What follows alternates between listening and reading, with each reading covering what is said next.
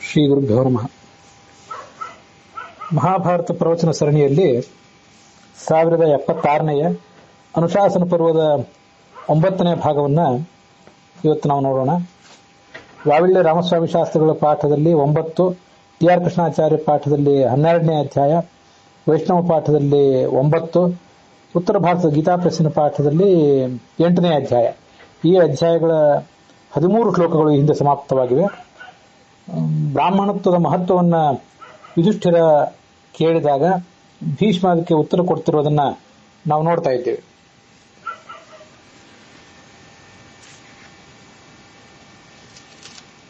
ಯಥಾ ಮಮ ಪ್ರಿಯತಮಾಃ ತ್ವತ್ತಃ ವಿಪ್ರಾಹ ಕುರುತ್ತಮ ತೇನ ಸತ್ಯೇನ ಗಚ್ಚೇಯಂ ಲೋಕಾನ್ ಯತ್ರ ಸ ಶಾಂತನುಃ. ಹೇ ಕುರುಶ್ರೇಷ್ಠ ಯುಧಿಷ್ಠಿರ, ಯದ್ಯಪಿ ತ್ವಂ ಯುಧಿಷ್ಠಿರಃ ಮಮ ಪೌತ್ರಃ ಇತಿ ಕಾರಣೇನ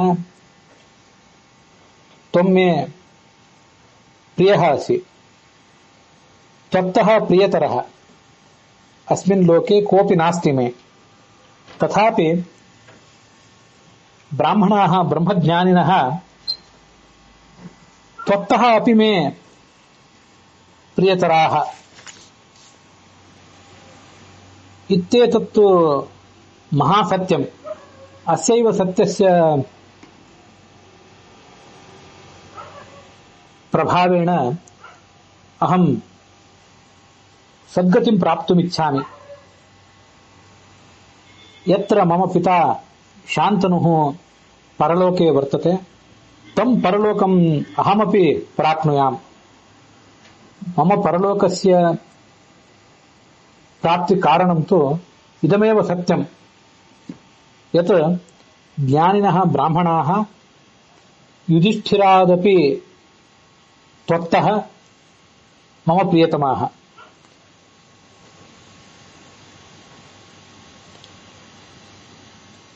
ಈ ಒಂದು ದೊಡ್ಡ ಸತ್ಯ ಇದು. ಏನು ಸತ್ಯ? ನಿನಗಿಂತಲೂ ಯುಧಿಷ್ಠಿರನಿಗಿಂತಲೂ ಬ್ರಾಹ್ಮಣರು ನನಗೆ ಬಹಳ ಪ್ರಿಯರಾದವರು. ಈ ಸತ್ಯದ ಪ್ರಭಾವದಿಂದ ನಾನು ಸದ್ಗತಿಯನ್ನು ಪಡ್ಕೊಳ್ತೇನೆ. ನನ್ನ ತಂದೆ ಎಲ್ಲಿದ್ದಾನೋ ಅಲ್ಲಿಗೆ ನಾನು ಕೂಡ ಹೋಗ್ತೇನೆ ಅಂತ ಹೇಳ್ತಿದ್ದಾರೆ ಭೀಷ್ಮರು.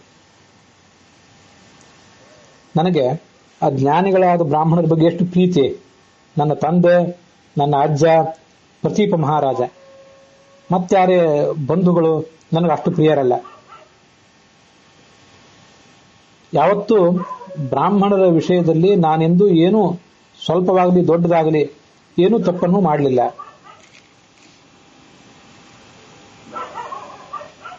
ಕರ್ಮದಿಂದ, ಮನಸ್ಸಿನಿಂದ, ವಾಣಿಯಿಂದ ನಾನು ಬ್ರಾಹ್ಮಣರಿಗೆ ಯಾವ ತಪ್ಪನ್ನು ಕೂಡ ಮಾಡಲಿಲ್ಲ. ಅವರಿಗೆ ಸೇವಾನೇ ಮಾಡಿದ್ದೇನೆ. ಆದ್ರಿಂದಲೂ ಇಂಥ ಸಂಕಟದ ಪರಿಸ್ಥಿತಿಯಲ್ಲಿಯೂ ಕೂಡ ನಾನು ಪಶ್ಚಾತ್ತಾಪ ಪಡುವಂಥ, ಸಂತಾಪ ಪಡುವಂಥ ಪರಿಸ್ಥಿತಿ ಬಂದಿಲ್ಲ. ದೈಹಿಕವಾದ ನೋವು ನನಗಿರಬಹುದು, ಆದರೆ ಜ್ಞಾನಿಗಳಾದ ಬ್ರಾಹ್ಮಣರ ಸೇವಾ ಮಾಡಿದ್ದೇನೆ. ಆದ್ದರಿಂದ ಈ ಸಂಕಟದ ಪ್ರಸಂಗದಲ್ಲಿಯೂ ಕೂಡ ನನಗೆ ಯಾವುದೇ ನೋವಾಗಿಲ್ಲ ಅಂತ ಭೀಷ್ಮರು ಹೇಳ್ತಿದ್ದಾರೆ.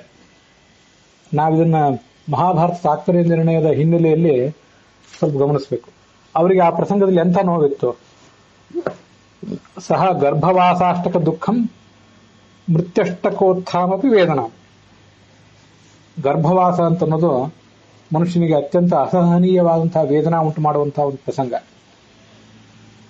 8 ಗರ್ಭವಾಸಗಳನ್ನ ಅನುಭವಿಸಿದಾಗ ಏನು ದುಃಖ ಬರಬೇಕು, ಅಥವಾ 1 ಗರ್ಭವಾಸವನ್ನು ಅನುಭವಿಸಿದಾಗ ಏನು ದುಃಖ ಬರಬೇಕು, ಆದರೆ 8 ಪಾಲು ದುಃಖ, 8 ಪಟ್ಟು ಹೆಚ್ಚಿನ ದುಃಖ ಈ ಭೀಷ್ಮನಿಗೆ ಬರಲಿ. 8 ಮರಣ ವೇದನೆಗಳು ಏಕಕಾಲದಲ್ಲಿ ಆತನಿಗಾಗಲಿ ಅಂತ ಅವನಿಗೆ ಶಾಪ ಇತ್ತು. ಅಂಥ ವೇದನೆ ಪ್ರಸಂಗದಲ್ಲಿಯೂ ಕೂಡ ಅವನು ಹೇಳ್ಕೊತಾ ಇದ್ದಾನೆ, ನಾನು ಯಾವತ್ತೂ ಯಾವ ಜ್ಞಾನಿಗಳಾದಂತಹ ಬ್ರಾಹ್ಮಣರಿಗೂ ಕೂಡ ದ್ರೋಹ ಮಾಡಿದವನಲ್ಲ, ಅವ್ರ ಸೇವಾನೇ ಮಾಡಿದ್ದೇನೆ. ಆದ್ರಿಂದ ನನಗೆ ಈಗ ಯಾವುದೇ ರೀತಿಯಾದಂತಹ ಸಂಕಟ ಆಗ್ತಿಲ್ಲ ಅಂತ ಹೇಳ್ಕೊಳ್ತಾ ಇದ್ದಾನೆ.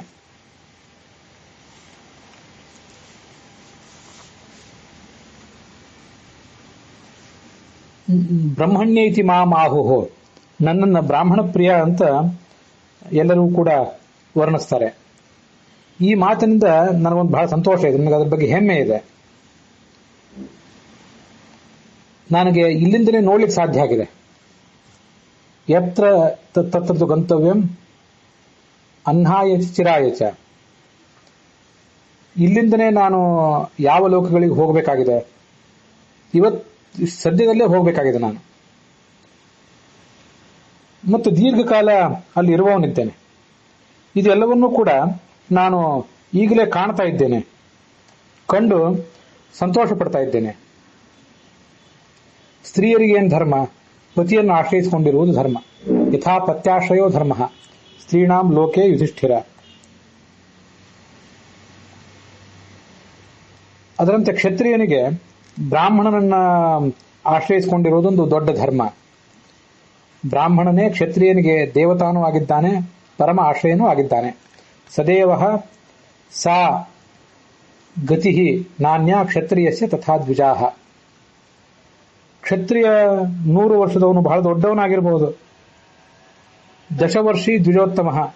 ಈ ಬ್ರಾಹ್ಮಣ ತುಂಬಾ ಸಣ್ಣವನಾಗಿರಬಹುದು. ಆದರೂ ಕ್ಷತ್ರಿಯನನ್ನ ಮಗ ಅಂತ ಹೇಳಬೇಕು, ಬ್ರಾಹ್ಮಣನನ್ನೇ ತಂದೆ ಅಂತ ಹೇಳಬೇಕು.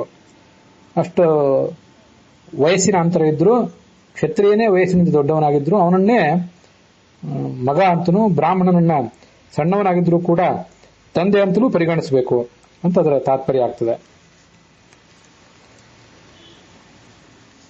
ನಾರೀತು ಪ್ರೇತ್ಯ ಭಾವಯೇವೈ ದೇವರಂ ಕುರುತೆ ಪತಿಂ ಪೃಥ್ವಿ ಬ್ರಾಹ್ಮಣಾಲಾಭೆ ಕ್ಷತ್ರಿಯಂ ಕುರುತೆ ಪತಿಂ. ಕೆಲವು ಪ್ರಸಂಗಗಳಲ್ಲಿ, ಅದು ಪ್ರಾಚೀನ ಕಾಲದ ಪದ್ಧತಿಯಂತೆ, ಗಂಡ ತೀರ್ಕೊಂಡಾಗ ಆ ಮೈದುನನ ಮೂಲಕ ಸಂತಾನವನ್ನು ಪಡ್ಕೊಳ್ತಾ ಇದ್ಲು ಸ್ತ್ರೀ. ಅದರಂತೆ ಈ ಪೃಥ್ವಿಯು ಕೂಡ ಕ್ಷತ್ರಿಯನನ್ನ ರಾಜನನ್ನಾಗಿ ಈಗ ಪಡ್ಕೊಂಡಿದ್ದಾಳಲ್ಲ. ಯಾಕೆಂದ್ರೆ ಬ್ರಾಹ್ಮಣ ಅಲಾಭೆ, ಬ್ರಾಹ್ಮಣನಾದವನು ಈ ಬ್ರಹ್ಮಜ್ಞಾನಿಯಾದ ಬ್ರಾಹ್ಮಣ ಈ ಪೃಥ್ವಿಗೆ ಮೂಲ ಒಡೆಯ, ಬ್ರಹ್ಮಜ್ಞಾನಿಯಾದ ಕಾರಣದಿಂದ. ಆದ್ರೆ ಆ ಬ್ರಹ್ಮಜ್ಞಾನಿಯಾದ ಬ್ರಾಹ್ಮಣ ಆ ಭೂಮಿಯನ್ನು ಆಳ್ಲಿಕ್ಕೆ ಬಯಸೋದಿಲ್ಲ. ಅವನಿಗೆ ಸ್ವಾಧ್ಯಾಯ, ಪ್ರವಚನ ಮೊದಲಾದ ಕಾರ್ಯಗಳಲ್ಲಿ ದೊಡ್ಡ ಆಸಕ್ತಿ ಇರ್ತದೆ. ಅದಕ್ಕಾಗಿ ಅವನು ಈ ಭೂಮಿಯನ್ನು ಪರಿತ್ಯಜಿಸಿರ್ತಾನೆ. ಅವನು ಪರಿತ್ಯಜಿಸಿದ ಭೂಮಿಯನ್ನ ಈ ಕ್ಷತ್ರಿಯ ಆಳ್ತಾನಷ್ಟೆ. ಇದನ್ನ ಬೃಹದಾರಣ್ಯಕ ಉಪನಿಷತ್ತಿನ 1ನೇ ಅಥವಾ 3ನೇ ಅಧ್ಯಾಯದಲ್ಲಿ ಹೀಗೆ ಒಂದ್ ಕಡೆ ವರ್ಣನೆ ಮಾಡ್ತಾರೆ. ಅದನ್ನ ನಾವು ನೋಡಬೇಕು. ಬ್ರಾಹ್ಮಣನಾದವನ ಮಹತ್ವವನ್ನ, ಕ್ಷತ್ರಿಯನು ಆತನಿಗೆ ಹೇಗೆ ಸೇವಾ ಮಾಡಬೇಕು, ಇದೆಲ್ಲವನ್ನೂ ಅಲ್ಲಿ ವರ್ಣನೆ ಮಾಡ್ತಾರೆ. ಚತುರ್ಮುಖನಿಂದ ಬ್ರಾಹ್ಮಣನ ಸೃಷ್ಟಿ, ಕ್ಷತ್ರಿಯ ಸೃಷ್ಟಿ, ಅರ್ಥಾತ್ ಬ್ರಾಹ್ಮಣ ಜಾತಿಯ ಅಭಿಮಾನಿ ದೇವತೆಗಳು ಕ್ಷತ್ರಿಯನಿಂದ, ಪರಮಾತ್ಮನಿಂದ ಹುಟ್ಟಿದ್ದು, ಕ್ಷತ್ರಿಯ ವರ್ಣದ ಅಭಿಮಾನಿ ದೇವತೆಗಳು ಪರಮಾತ್ಮನಿಂದ ಹುಟ್ಟಿದ್ದು, ಇದೆಲ್ಲವನ್ನೂ ಅಲ್ಲಿ ವರ್ಣನೆ ಮಾಡಿದ್ದಾರೆ.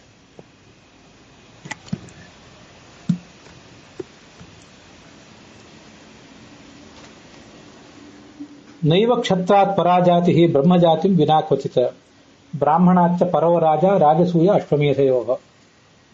ಕ್ಷತ್ರಿಯ ಜಾತಿಗಿಂತ ಶ್ರೇಷ್ಠವಾದ ಜಾತಿ ಅನ್ನೋದಿಲ್ಲ. ಯಾಕಂದ್ರೆ ನಾವಿಷ್ಣು ಪೃಥ್ವೀಪತಿ, ಪೃಥ್ವೀಪತಿ ರಾಜ ಏನಿದ್ದಾನೆ ಅವನಲ್ಲಿ ಪರಮಾತ್ಮನ ಸನ್ನಿಧಾನ ಇರ್ತದೆ. ಅವನಿಗಿಂತ ದೊಡ್ಡವನು ಯಾರೂ ಇಲ್ಲ. ಆದ್ರೆ ಬ್ರಾಹ್ಮಣ ಮಾತ್ರ ಈ ಕ್ಷತ್ರಿಯನಿಗಿಂತಲೂ ದೊಡ್ಡವನೇ. ಒಂದು ಪ್ರಸಂಗದಲ್ಲಿ ಮಾತ್ರ ಬ್ರಾಹ್ಮಣನಿಗಿಂತಲೂ ಹೆಚ್ಚಿನ ಸ್ಥಾನ ಈ ಕ್ಷತ್ರಿಯನಿಗಿರ್ತದೆ. ಅದೆಲ್ಲಿ? ರಾಜಸೂಯ ಮತ್ತು ಅಶ್ವಮೇಧ ಯಾಗಗಳನ್ನು ಮಾಡುವ ಪ್ರಸಂಗದಲ್ಲಿ ರಾಜ ಬ್ರಾಹ್ಮಣನಿಗಿಂತ ಶ್ರೇಷ್ಠ. ಆಗ ಆ ಯಾಗಗಳ ಪ್ರಸಂಗದಲ್ಲಿ ರಾಜ ಸಿಂಹಾಸನದಲ್ಲಿ ಕೂತಾಗ ಬ್ರಾಹ್ಮಣ ಸಿಂಹಾಸನಕ್ಕಿಂತ ಕೆಳಗೆ ಕೂತು ರಾಜನ ಸೇವಾ ಮಾಡಬೇಕು. ಉಪಾಸ್ತೆ ರಾಜಸೂಯೇತಃ ಬ್ರಾಹ್ಮಣೋ ರಾಜಸೂಯಿನಂ ಆಸೀನ ಆಸನಾಧಸ್ಥ ತಥಾಪಿ ಬ್ರಾಹ್ಮಣೋ ಗುರು. ಆದರೂ ಬ್ರಾಹ್ಮಣನ ಸ್ಥಾನಕ್ಕೇನು ಎಂದು ಚ್ಯುತಿ ಬರೋದಿಲ್ಲ, ಅವನೇ ಯಾವತ್ತು ಗುರು. ತಸ್ಮಾತ್ ಸ ರಾಜಸೂಯಾಂತೆ ಬ್ರಾಹ್ಮಣಾನ್ ವಂದಯೀತ ಚ. ತಾನು ರಾಜಸೂಯ ಯಾಗ ಮಾಡುವಾಗ ಕ್ಷತ್ರಿಯ ಬ್ರಾಹ್ಮಣನ ಮೂಲಕ ಸೇವಾ ಮಾಡಿಸ್ಕೊಂಡಿರ್ತಾನೆ, ಅವನ ಮೂಲಕ ಅವನ ಗೌರವವನ್ನು ಪಡ್ಕೊಂಡಿರ್ತಾನೆ. ಸೇವಾ ಮಾಡಿಸ್ಕೊಳ್ಳೋದು ಅಂದ್ರೆ ಗೌರವವನ್ನು ಪಡ್ಕೊಳ್ಳೋದಷ್ಟೇ. ಆದ್ರೆ ರಾಜಸೂಯ ಅಶ್ವಮೇಧ ಮೊದಲಾದ ಯಾಗಗಳು ಮುಗಿದ ಮೇಲೆ ಅವನು ಬ್ರಾಹ್ಮಣನಿಗೆ ಮತ್ತೆ ನಮಸ್ಕಾರ ಮಾಡಬೇಕು.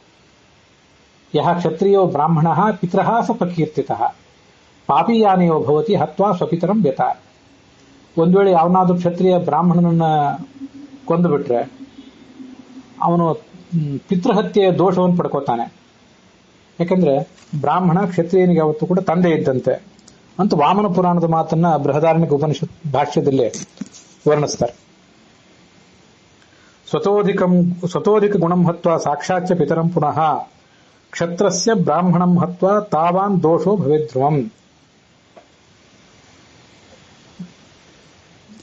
ತಂದೆ, ಜನ್ಮ ಕೊಟ್ಟ ತಂದೆ ತನಗಿಂತ ಶ್ರೇಷ್ಠವಾದ ಗುಣವುಳ್ಳವನಾಗಿರ್ತಾನೆ. ಅವನನ್ನು ಕೊಂದ್ರೆ ಎಷ್ಟು ದೋಷ ಬರಬೇಕೋ ಅಷ್ಟೇ ದೋಷ ಕ್ಷತ್ರಿಯನಿಗೆ ಬ್ರಾಹ್ಮಣನ ಕೊಂದ್ರೆ ಬರ್ತದೆ ಅಂತ ಕೂಡ ಅಗ್ನಿ ಪುರಾಣದಲ್ಲಿ ಹೇಳಿದ್ದಾರೆ. ಅದನ್ನು ಕೂಡ ಅಲ್ಲೇ ಈ ಬೃಹದಾರಣ್ಯಕ ಉಪನಿಷತ್ತಿನ ಭಾಷ್ಯದಲ್ಲಿ ವರ್ಣಿಸ್ತಾರೆ. ಯಶೋನಿಧಿರ್ ಬ್ರಾಹ್ಮಣಸ್ತು ತದ್ದಾತು ಕ್ಷತ್ರಿಯೇ ಸ್ವಯಂ ಅಧೋ ಬ್ರಾಹ್ಮಣ ಆಸೀನ ರಾಜಸೂಯೇಹಿ ಸೇವತೆ. ದೊಡ್ಡ ಯಶಸ್ವಿ ಈ ಜಗತ್ತಿನಲ್ಲಿ ಅಂದ್ರೆ ಬ್ರಾಹ್ಮಣನೇ. ಅವನು ಕ್ಷತ್ರಿಯನಿಗೆ ಯಶಸ್ಸನ್ನು ಕೊಡುವುದಕ್ಕಾಗಿ, ತನ್ನಲ್ಲಿರುವ ಯಶಸ್ಸನ್ನು ಕ್ಷತ್ರಿಯನಿಗೆ ಕೊಡ್ಲಿಕ್ಕಾಗಿ ಅಧೋ ಬ್ರಾಹ್ಮಣ ಆಸೀನ, ರಾಜ ಮೇಲೆ ಕೂತಿರ್ತಾನೆ, ಬ್ರಾಹ್ಮಣ ಕೆಳಗೆ ಕೂತು ರಾಜನಿಗೆ ಸೇವಾ ಮಾಡ್ತಾನೆ ಅಂತ ಅದರ ಅಭಿಪ್ರಾಯ. ಈ ಮಹಾಭಾರತದ ಈ ಅನುಶಾಸನ ಪರ್ವದ ಭಾಗವನ್ನು ನೋಡುವಾಗ ಬೃಹದಾರಣ್ಯಕ ಉಪನಿಷತ್ತಿನ ಭಾಷ್ಯಗಳ ವಾಕ್ಯ ನೆನಪಿಗೆ ಬಂತು. ಅದನ್ನ ಇಲ್ಲಿ ಉದ್ಧರಿಸಿದ್ದೇನೆ. ಬ್ರಾಹ್ಮಣರನ್ನು ರಕ್ಷಿಸುವುದು ಕ್ಷತ್ರಿಯನ ಕರ್ತವ್ಯ. ಹಿಂದೆ ಬಂತು ಕ್ಷತ್ರಿಯ ಮಗ ಬ್ರಾಹ್ಮಣನೇ ತಂದೆ ಅಂತ. ಆದ್ರೆ ಬ್ರಾಹ್ಮಣನಿಗೆ ರಕ್ಷಣೆ ಕೊಡುವಾಗ ಅವನಿಗೇನು ಆಪತ್ತು ಬರದಂತೆ ನೋಡಿಕೊಳ್ಳುವ ಪ್ರಸಂಗದಲ್ಲಿ ಬ್ರಾಹ್ಮಣನೇ ಮಗನನ್ನು ಹೇಗೆ ಕ್ಷತ್ರಿಯ ರಾಜಕುಮಾರನನ್ನ ರಾಜ ರಕ್ಷಿಸ್ತಾನೋ ಹಾಗೆ ಬ್ರಾಹ್ಮಣನನ್ನು ರಕ್ಷಿಸುವುದು ಕ್ಷತ್ರಿಯನ ಕರ್ತವ್ಯ. ಅಗ್ನಿವಚ್ಚ ಉಪಚಾರ್ಯ ವೈ, ಅಗ್ನಿಯಂತೆ ಅವನನ್ನ ಉಪಚರಿಸಬೇಕು. ಅಷ್ಟು ಗಾಢವಾದಂತಹ ಸೇವಾ ಅವನಿಗೆ ಮಾಡಬೇಕು. ಋಜೂನ್ ಸತಃ, ಸರಳ ಸ್ವಭಾವದವರು, ಸತ್ಪುರುಷರು, ಸತ್ಯನಿಷ್ಠರಾದವರು, ಎಲ್ಲಾ ಪ್ರಾಣಿಗಳ ಹಿತದಲ್ಲಿ ಆಸಕ್ತರಾದವರು. ಆಶೀ ವಿಷಾನಿವ ಕ್ರುದ್ಧಾನ್, ಸಿಟ್ಟು ಮಾಡಿಕೊಂಡು ಅಂದ್ರೆ ಸರ್ಪದಂತೆ ಅವರ ಸಿಟ್ಟಿರ್ತದೆ. ಸರ್ವರು ಹಿತಕ್ಕಾಗಿ ಅವರು ಕೋಪಗೊಳ್ತಿರ್ತಾರೆ. ಆ ಬ್ರಾಹ್ಮಣರನ್ನ ಬಹಳ ಎಚ್ಚರಿಕೆಯಿಂದ ಸೇವಿಸಬೇಕು. ತೇಜಸ ತಪಸ್ಸೈವ ನಿತ್ಯಂ ಬಿಭ್ಯೆ ಯುಧಿಷ್ಠಿರ. ಆ ಬ್ರಾಹ್ಮಣರ ತಪಸ್ಸು, ಅವರ ತೇಜಸ್ಸು, ಅದನ್ನು ನೋಡಿ ಯಾವತ್ತೂ ಕೂಡ ಹೆದರಬೇಕು. ಅದರ ಬಗ್ಗೆ ಎಚ್ಚರಿಕೆಯಿಂದಿರಬೇಕು. ಅದರ ಫಲ ಬಹಳ ತೀವ್ರವಾಗಿರ್ತದೆ. ಕೋಪಗೊಂಡ್ರು ಅಂದ್ರೆ ತಪಸ್ಸಿನ ಪ್ರಭಾವದಿಂದ ಯಾರನ್ನಾದ್ರೂ ಸಂಹಾರ ಮಾಡಬಲ್ಲಂತವರಾಗಿರ್ತಾರೆ ಅವರು.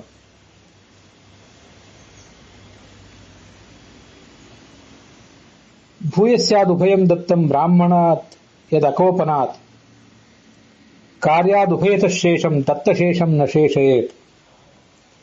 ಅವನು ಇನ್ನೊಬ್ಬರ ಮೇಲೆ ತನ್ನ ಕೋಪ, ತಪಸ್ಸು ಇದನ್ನ ಪ್ರಯೋಗ ಮಾಡದಿರುವಂತೆ ಅವನನ್ನು ಶಾಂತನನ್ನಾಗಿಟ್ಟಿರ್ಬೇಕು ಬ್ರಾಹ್ಮಣನನ್ನ. ಇಲ್ಲದೆ ಹೋದ್ರೆ ಹಾನಿ ಕಟ್ಟಿಟ್ಟು ಬುತ್ತಿ ಅಂತ ವರ್ಣನೆ ಮಾಡ್ತಾರೆ.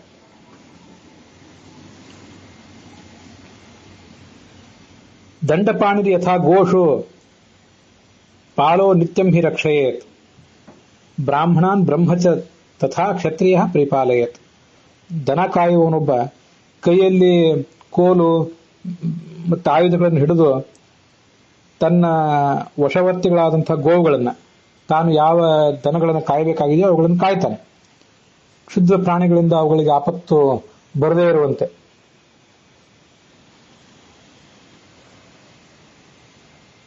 ಅದರಂತೆ ಈ ಬ್ರಾಹ್ಮಣರನ್ನ ಮತ್ತೆ ಆ ಬ್ರಾಹ್ಮಣರು ಯಾವ ವೇದಗಳನ್ನು ಅಧ್ಯಯನ ಮಾಡಬೇಕಾಗಿದೆಯೋ, ಶಾಸ್ತ್ರಗಳನ್ನ, ಅವೆರಡನ್ನೂ ಕೂಡ ಈ ಕ್ಷತ್ರಿಯನಾದವನು ಪರಿಪಾಲಿಸಬೇಕು. ವೇದಕ್ಕಾಗಲಿ ಶಾಸ್ತ್ರ ಸಂಪತ್ತಿಗಾಗಲಿ ಮತ್ತೆ ಬ್ರಾಹ್ಮಣರಿಗಾಗಲಿ ಯಾವುದೇ ರೀತಿಯಾದಂಥ ತೊಂದರೆ ಬರಬಾರದು.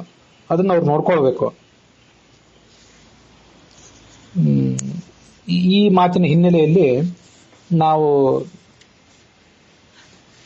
ಕೆಲವು ರಾಜರಿಗೆ ಇರುವಂತಹ ಬಿರುದುಗಳನ್ನು ಅರ್ಥ ಮಾಡ್ಕೊಳ್ಬೇಕು. ವಿಜಯನಗರ ಸಾಮ್ರಾಜ್ಯದ ಕೃಷ್ಣದೇವರಾಜ, ಮರಾಠರ ಶಿವಾಜಿ ಮೊದಲಾದವರಿಗೆಲ್ಲ ಗೋಬ್ರಾಹ್ಮಣ ಪರಿಪಾಲಕ ಅಂತ ಅಂತಿದ್ರಂತೆ. ಗೋಬ್ರಾಹ್ಮಣ ಪರಿಪಾಲಕ ಅಂದ್ರೆ ಏನರ್ಥ? ಗೋವು ಅಂದ್ರೆ ಬರೇ ಆಕಳ ಮಾತ್ರ ಅಲ್ಲ, ಆಕಳು ಅಂತ ಶಬ್ದನೂ ಕೂಡ ಗೋವಿಗಿದೆ. ಗೋವು ಅನ್ನೋ ಶಬ್ದಕ್ಕೆ ಆಕಳು ಅಂತ ಅರ್ಥ ಇದೆ. ಅದಲ್ಲದೆ ಗೋವು ಅಂದ್ರೆ ಭೂಮಿ, ನೀರು, ಶಾಸ್ತ್ರ ಮೊದಲಾದ ಅರ್ಥಗಳು ಕೂಡ ಇದೆ. ಆದ್ರಿಂದ ಗೋಬ್ರಾಹ್ಮಣ ಪ್ರತಿಪಾಲಕ ಅಂತಂದ್ರೆ ಮುಖ್ಯವಾಗಿ ಶಾಸ್ತ್ರ ಮತ್ತು ಆ ಶಾಸ್ತ್ರವನ್ನ ಅಧ್ಯಯನ ಮಾಡುವಂತಹ ಬ್ರಾಹ್ಮಣರು, ಅವರನ್ನ ಪರಿಪಾಲಿಸುವಂತಹ, ಅವರನ್ನ ಕಾಯ್ದು ರಕ್ಷಿಸುವಂತಹ ರಾಜರು ಅಂತ ಅದಕ್ಕೆ ಅರ್ಥ. ಪರಮಾತ್ಮನಿಗೂ ಕೂಡ ನಮೋ ಬ್ರಹ್ಮಣ್ಯ ದೇವಾಯ ಗೋಬ್ರಾಹ್ಮಣ ಹಿತಾಯ ಚ, ಪರಮಾತ್ಮನಿಗೆ ಗೋಬ್ರಾಹ್ಮಣ ಹಿತ ಅಂತ ಒಂದು ವಿಶೇಷಣ ಕೇಳಿ ಬರ್ತಿರ್ತದೆ. ಗೋವಿಗೂ ಮತ್ತು ಬ್ರಾಹ್ಮಣರಿಗೂ ಹಿತ ಆಗುವುದಂದ್ರೆ ಏನು? ಗೋವಿನಲ್ಲಿ ಬೇರೆ ಪ್ರಾಣಿಗಳಿಗೆ ಇಲ್ಲದೇ ಇರುವಂತಹ ಒಂದು ವಿಶಿಷ್ಟವಾದ ದೇವತಾ ಸನ್ನಿಧಾನ ಇರೋದು ಸರಿಯೇ, ಆದರೆ ಗೋಗಳನ್ನು ಮಾತ್ರ ರಕ್ಷಿಸ್ತಾನೆ ಅಂತ ಅನ್ನೋದೊಂದು ವಿಶೇಷ ಗುಣ ಏನಲ್ಲ. ಬೇರೆ ಪ್ರಾಣಿಗಳಿಗಿಂತ ಗೋವುಗಳ ರಕ್ಷಣೆಗೆ ಹೆಚ್ಚು ಮಹತ್ವ ಕೊಡಬೇಕು. ಗೋವು ಅನ್ನೋದು ರಾಷ್ಟ್ರೀಯ ಸಂಪತ್ತು, ಅದೆಲ್ಲ ವಿಷಯ ಸರಿನೇ. ಅದಲ್ಲದೆ ಗೋವು ಅಂತಂದ್ರೆ ಶಾಸ್ತ್ರ ಅಂತ ಅರ್ಥ. ಆ ಗೋವಿಗೂ ಶಾಸ್ತ್ರಕ್ಕೂ, ಶಾಸ್ತ್ರವನ್ನು ಓದುವಂತಹ ಜ್ಞಾನಿಗಳಿಗೂ ಹಿತ ಆಗುವಂತೆ ನಡ್ಕೊಳ್ಳುವವನು ಈ ಬ್ರಾಹ್ಮಣ ಅಂತ ಅದರ ತಾತ್ಪರ್ಯ ಆಗ್ತದೆ. ಪಿತೇವ ಪುತ್ರಾನ್ ರಕ್ಷೇಥಾಹ, ತಂದೆ ಮಗನನ್ನು ರಕ್ಷಿಸುವಂತೆ ಆ ಬ್ರಾಹ್ಮಣರನ್ನು ರಕ್ಷಿಸು. ಅವರ ಮನೆಯಲ್ಲಿ ಜೀವನ ನಿರ್ವಹಣೆಗೆ ಬೇಕಾದಂತಹ ಎಲ್ಲಾ ಸಾಮಗ್ರಿಗಳಿವೆಯಾ ಅಂತ ಅನ್ನೋದನ್ನ ನೋಡ್ತಾ ಇರೋ. ಗೃಹೇ ಚ ಏಷಾಂ ಅವೇಕ್ಷೇಥಾಹ ಕಿಂಸ್ವಿದಸ್ತೀತಿ ಜೀವನಂ, ಏನಿದೆ ಅವ್ರ ಮನೆಯಲ್ಲಿ ಏನಿಲ್ಲ ಅಂತ ಅನ್ನೋದೆಲ್ಲವನ್ನೂ ಕೂಡ ನೋಡ್ತಾ ಇರೋ. ದೂರತೋ ಮಾತೃವತ್ ಪೂಜ್ಯಾಹ ವಿಪ್ರದಾರಾಹ ಸುರಕ್ಷಯ ಅಕೋಪನಾಪರಾಧೇನ ಭೂಯೋ ನರಕಮಶ್ನುತೆ. ಇನ್ನೊಂದು ಶ್ಲೋಕನೂ ಕೂಡ ಇಲ್ಲಿ ಟಿ ಆರ್ ಕೃಷ್ಣಾಚಾರ್ಯರ ಪಾಠದಲ್ಲಿ ಕಂಡು ಬರ್ತದೆ. ಈ ಬ್ರಾಹ್ಮಣ ಸ್ತ್ರೀಯರು ತಾಯಿಯಂತೆ ಪೂಜೆಗೆ ಯೋಗ್ಯರಾದವರು, ಅದಕ್ಕಾಗಿ ಅವರಿಂದ ದೂರ ಇರಬೇಕು ಅಂತ ಎಚ್ಚರಿಕೆಯನ್ನು ಕೂಡ ಶಾಸ್ತ್ರದಲ್ಲಿ ಹೇಳಿದ್ದಾರೆ. ಹೀಗೆ ಆ ಬ್ರಾಹ್ಮಣರ ಮಹತ್ವವನ್ನು ಪ್ರತಿಪಾದನೆ ಮಾಡುವಂತಹ, ಜ್ಞಾನಿಗಳಾದಂತಹ ಬ್ರಾಹ್ಮಣರ ಮಹತ್ವವನ್ನು ಪ್ರತಿಪಾದನೆ ಮಾಡುವಂತಹ ಒಂದು ಅಧ್ಯಾಯ ಇದೆ. ಕಳೆದ ದಿವಸನೇ ಹೇಳಿದೆ, ನಿತ್ಯ ಅನುಸಂಧಾನ ಮಾಡಿಕೊಳ್ಬೇಕಾದಂತಹ ಒಂದು ಅಧ್ಯಾಯ ಇದು. ನಿನ್ನೆ ಅದರ ಮಹತ್ವವನ್ನು ಹೇಳಿದ್ದೆ. ಉಪಸಂಹಾರದ ಪ್ರಸಂಗದಲ್ಲಿ ಮತ್ತೊಂದು ಬಾರಿ ಅದನ್ನು ನೆನಪು ಮಾಡ್ಕೊಳ್ಳೋಣ ಅಷ್ಟೇ. ಬ್ರಹ್ಮಯಜ್ಞ ಮೊದಲಾದ ಪ್ರಸಂಗಗಳಲ್ಲಿ ಇದರಲ್ಲಿರುವ ಶಬ್ದಗಳನ್ನ ನಾವು ಹೇಳ್ಕೊಳ್ಬೇಕು. ಹೇಗೆ? ತೇಭ್ಯಶ್ಚ ಸ್ಪೃಹಯಾಮ್ಯಹಂ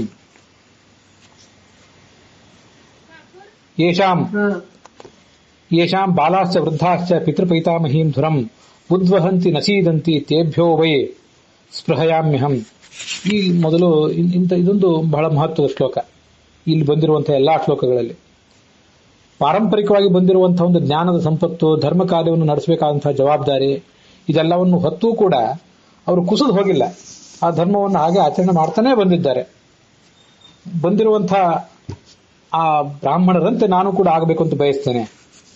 ಮತ್ತೊಂದು ಬಾರಿ ನನಗೇನಾದ್ರೂ ಜನ್ಮ ಬಂದ್ರೆ ನಾನು ಬ್ರಾಹ್ಮಣನಾಗಿ ಜನಿಸಬೇಕು ಅಂತ ಅಪೇಕ್ಷೆ ಪಡ್ತೀನಿ ಅಂತ ಕ್ಷತ್ರಿಯಾಗ್ರಗಣ್ಯನಾದಂತಹ ಭೀಷ್ಮ ಹೇಳಿದಂತಹ ಮಾತಿದು. ಅವನು ಸ್ವರೂಪಗತವಾದ ಬ್ರಾಹ್ಮಣತ್ವವನ್ನು ಅವನು ಅಪೇಕ್ಷಿಸ್ತಾ ಇದ್ದಾನೋ, ದೈಹಿಕವಾದ ಔಪಾಧಿಕವಾದ ಬ್ರಾಹ್ಮಣತ್ವವನ್ನು ಅಪೇಕ್ಷಿಸ್ತಾ ಇದ್ದಾನೋ ಅಂತ ಕಳೆದ ದಿವಸ ನಾವು ಜಿಜ್ಞಾಸೆ ನೋಡಿದ್ವಿ. ಈಗ ಕ್ಷತ್ರಿಯನಾಗಿ ಹುಟ್ಟಿದ್ದಾನೆ ದೈಹಿಕವಾಗಿ ಅವನು. ಮೂಲತಃ ಮುಂದೆ ಮತ್ತು ಅನೇಕ ಅವತಾರಗಳು ಅವನಿಗೇನಾದ್ರೂ ಬರುವುದಿದ್ರೆ ಬ್ರಾಹ್ಮಣನಾಗಿ ಜನಿಸಿ ಶಮದಮಾದಿ ಸಂಪತ್ತಿಯನ್ನು ಗಳಿಸಿಕೊಳ್ಬೇಕು ಅಂತ ಅವನು ಬಯಸ್ತಾ ಇದ್ದಾನೆ ಅಂತ ನಾವು ತಿಳ್ಕೊಳ್ಬೇಕು. ಒಟ್ಟಾರೆ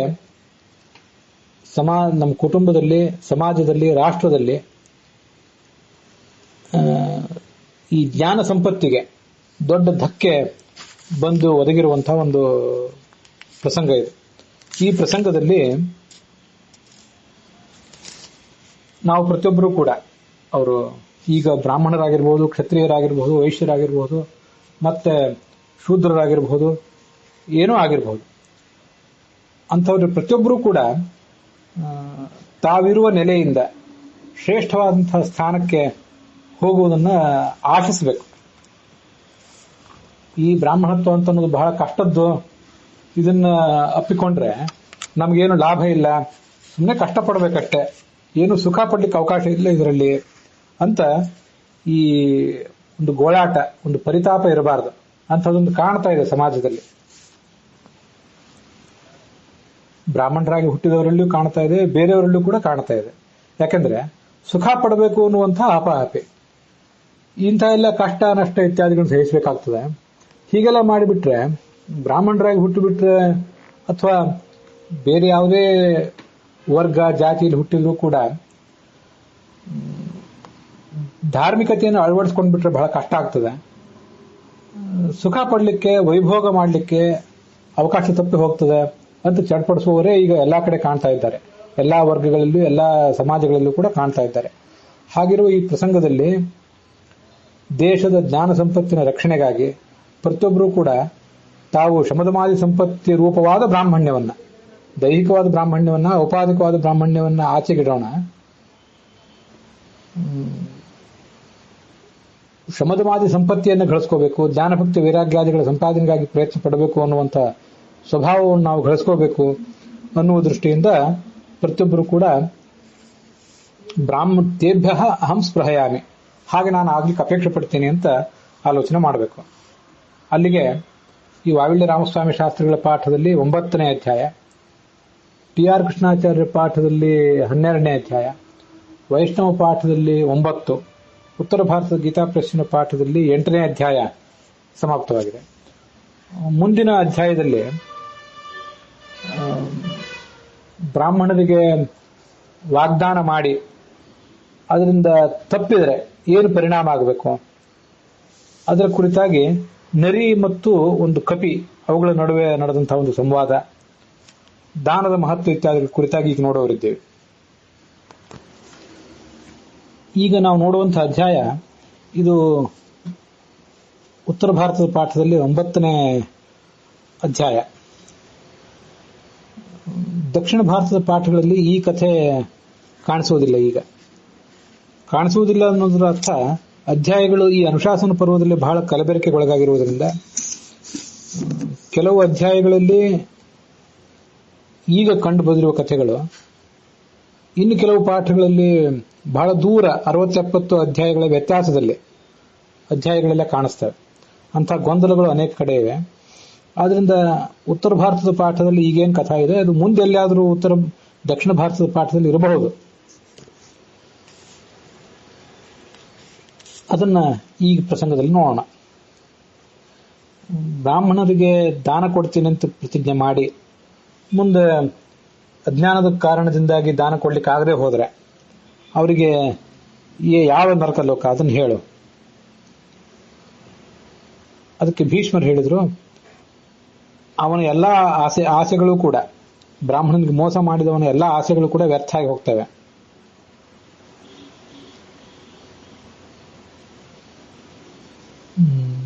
ಹುಟ್ಟಿದ ದಿನದಿಂದ ಆರಂಭಿಸಿ ಸಾಯುವ ದಿನದವರೆಗೆ ಏನು ಪುಣ್ಯ ಮಾಡಿರ್ತಾನೆ, ಅಗ್ನಿಹೋತ್ರಾದಿಗಳನ್ನು ಮಾಡಿರ್ತಾನೆ, ಸತ್ಕರ್ಮಗಳನ್ನು ಮಾಡಿರ್ತಾನೆ, ಇವೆಲ್ಲವೂ ಕೂಡ ನಷ್ಟ ಆಗಿ ಹೋಗ್ತವೆ ಈ ಪ್ರತಿಜ್ಞಾಭಂಗ ಮಾಡಿದವನಿಗೆ. 1,000 ಕುದುರೆ, ಬಿಳಿ ಕುದುರೆಗಳು, ಅದರ ಕಿವಿ ಮಾತ್ರ ಕಪ್ಪಾಗಿರ್ಬೇಕು. ಅಂತಹ ಕುದುರೆಗಳನ್ನೇನಾದರೂ ದಾನ ಮಾಡಿದರೆ ಈ ಪ್ರತಿಜ್ಞಾಭಂಗ ಮಾಡಿದ ದೋಷದಿಂದ ಪರಿಹಾರ ಆಗಬಹುದು ಅಂತ ಕೆಲವರು ಹೇಳ್ತಾರೆ. ಇದಕ್ಕೆ ಸಂಬಂಧಪಟ್ಟಂತೆ ಒಂದು ನರಿ ಮತ್ತು ಕಪಿ ಅವುಗಳ ನಡುವೆ ನಡೆದಂತಹ ಒಂದು ಸಂವಾದ ಇದೆ. ಅದನ್ನ ಈಗ ನಿನಗೆ ಹೇಳ್ತೇನೆ. ಇಬ್ಬರು ಪರಸ್ಪರ ಮಿತ್ರರಾದವರು, ಹಿಂದಿನ ಜನ್ಮದಲ್ಲಿ ಮಿತ್ರರಾದವರು ಈಗ ತಿರ್ಯಕ್ ಜಂತುಗಳಾಗಿ ಹುಟ್ಟಿದರು.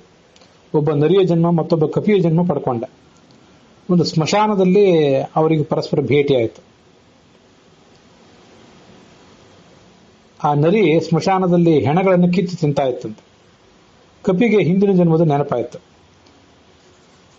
ಮಿತ್ರನೇ, ಹಿಂದೆ ನೀವು ಸ್ನೇಹಿತರಾಗಿದ್ದೆವು, ಈಗ ನೀನು ದುರ್ಗಂಧಯುಕ್ತವಾದಂತಹ ಈ ಹೆಣಗಳನ್ನು ಕಿತ್ತು ತಿಂತಾ ಇದ್ದಿ.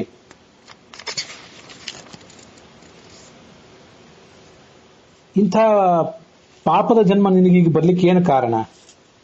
ಅದನ್ನು ಹಿಂದಿನ ಜನ್ಮದ ಸ್ಮರಣೆ ನಿನಗೇನಾದ್ರೂ ಇದೆಯಾ? ಹಿಂದಿನ ಯಾವ ಜನ್ಮದಲ್ಲಿ ಏನು ಪಾಪ ಮಾಡಿದ್ದೆ? ಅದಕ್ಕೆ ನರಿ ಹೇಳ್ತು, ಬ್ರಾಹ್ಮಣನಿಗೆ ಏನೋ ಒಂದು ದಾನ ಕೊಡ್ತೀನಿ ಪ್ರತಿಜ್ಞೆ ಮಾಡಿದ್ದೆ, ಆ ದಾನವನ್ನ ನಾನು ಕೊಡಲಿಲ್ಲ. ಅಚಾತುರ್ಯದಿಂದ ಅದನ್ನ ಬಿಟ್ಟುಬಿಟ್ಟೆ. ನಾನು ಆ ಬಿಟ್ಟ ಕಾರಣದಿಂದಾಗಿ ಇಂಥ ಪಾಪ ಯೋನಿ ಪಡೆದಿದ್ದೀನಿ. ಹಸಿವಿನ ಕಾರಣದಿಂದಾಗಿ ಇಂಥ ನೀಚ ಆಹಾರವನ್ನು ತಿಂತಾ ಇದ್ದೇನೆ. ಅದಕ್ಕನುಸಾರವಾಗಿ ಕಪಿಯು ಕೂಡ ಹೇಳಿತು, ಈ ನರಿ ಕಪಿಗೆ ಹೇಳಿತು, ನೀನು ಈ ವಾನರ ಜನ್ಮ ಪಡ್ಕೊಳ್ಳಿಕ್ಕೆ ಏನು ಕಾರಣ? ಅದಕ್ಕೆ ಅದು ಹೇಳಿತು, ಬ್ರಾಹ್ಮಣರಿಗೆ ಸಂಬಂಧಪಟ್ಟಂತಹ ಫಲಗಳನ್ನು ಕದ್ದು ತಿಂತಾ ಇದ್ದೆ, ಅದರ ಕಾರಣದಿಂದಾಗಿ ನನಗೀಗ ಕಪಿಯ ಜನ್ಮ ಬಂತು. ತಸ್ಮಾನ್ ನ ಬ್ರಾಹ್ಮಣ ಸ್ವಂತು ಹರ್ತವ್ಯಂ ವಿದುಷಾತ್ ಸದಾ. ಜ್ಞಾನಿಗಳ ತಪಸ್ವಿಗಳ ಸಂಪತ್ತನ್ನು ಯಾವತ್ತೂ ಕೂಡ ಅಪಹರಿಸಬಾರದು, ಪ್ರತಿಜ್ಞೆಯನ್ನು ಮುರಿಯಬಾರದು. ಇಂಥದೇ ಒಂದು ಕಥೆಯನ್ನು ಕೃಷ್ಣ ಒಬ್ಬ ಬ್ರಾಹ್ಮಣನಿಗೆ ಹೇಳ್ತಿದ್ದದನ್ನ ನಾನು ಹಿಂದೆ ಒಂದು ಬಾರಿ ಕೇಳಿದ್ದೆ.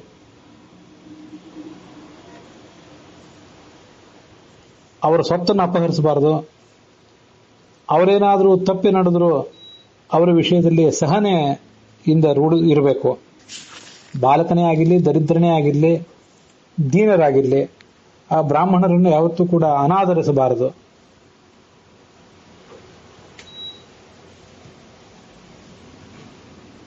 ಸುಸಮಿದ್ಧೋ ಯಥಾ ದೀಪ್ತಃ ಪಾವಕಃ ತದ್ವಿಧಃ ಸ್ಮೃತಃ.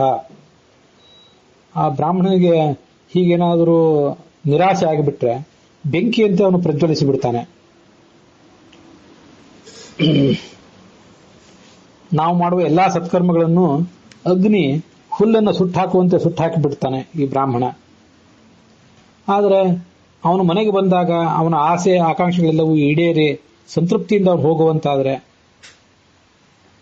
ಅವನು ಆಶೀರ್ವಾದ ಮಾಡಿ ಹೋಗ್ತಾನೆ.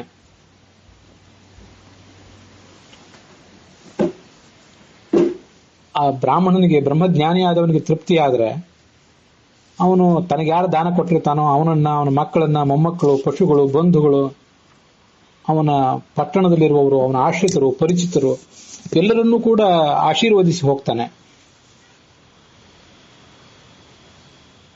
ಇದೊಂದು ಮಹಾ ಪುಣ್ಯ ಕಾರ್ಯವಾಗಿದೆ ಈ ದಾನ ಕೊಡುವುದನ್ನೋದು. ಈ ದಾನ ಕರ್ಮದಿಂದಲೇ ದೇವತೆಗಳಿಗೂ ಪಿತೃಗಳಿಗೂ ಕೂಡ ತೃಪ್ತಿ ಆಗ್ತದೆ. ಇತೋ ದತ್ತೇನ ಜೀವಂತಿ ದೇವತಾ ಪಿತರಃ ತಥಾ ತಸ್ಮಾತ್ ದಾನಾನಿ ದೇಯಾನಿ ಬ್ರಾಹ್ಮಣೇಭ್ಯೋ ವಿಜಾನತ. ಆ ಬ್ರಾಹ್ಮಣರಿಗೆ ದಾನ ಮಾಡಿದರೆ ಅವರೊಳಗಿರುವಂತಹ ಪಿತೃದೇವತೆಗಳು ಮತ್ತೆ ದೇವತೆಗಳು ಕೂಡ ಸಂತೃಪ್ತರಾಗ್ತಾರೆ. ದೊಡ್ಡ ತೀರ್ಥ ಈ ಬ್ರಾಹ್ಮಣ ಅಂತನವನು. ವೇಲಾಯಾಮ್ ನತು ಕಸ್ಯಾಂಚಿತ್ ಗಚ್ಚೇದ್ವಿಪ್ರಃ ಹಿ ಅಪೂಜಿತಃ. ಯಾವುದೇ ಪ್ರಸಂಗದಲ್ಲಿ ಅವನು ಬಂದರೂ ಅವನನ್ನು ಯಾವತ್ತೂ ಕೂಡ ತಿರಸ್ಕರಿಸಬಾರದು. ತಿರಸ್ಕರಿಸಿಬಿಟ್ರೆ ಅಂತಹ ದೊಡ್ಡ ಹಾನಿ ಇದೆ ಅಂತ ಅಲ್ಲಿ ವರ್ಣಿಸ್ತಾರೆ.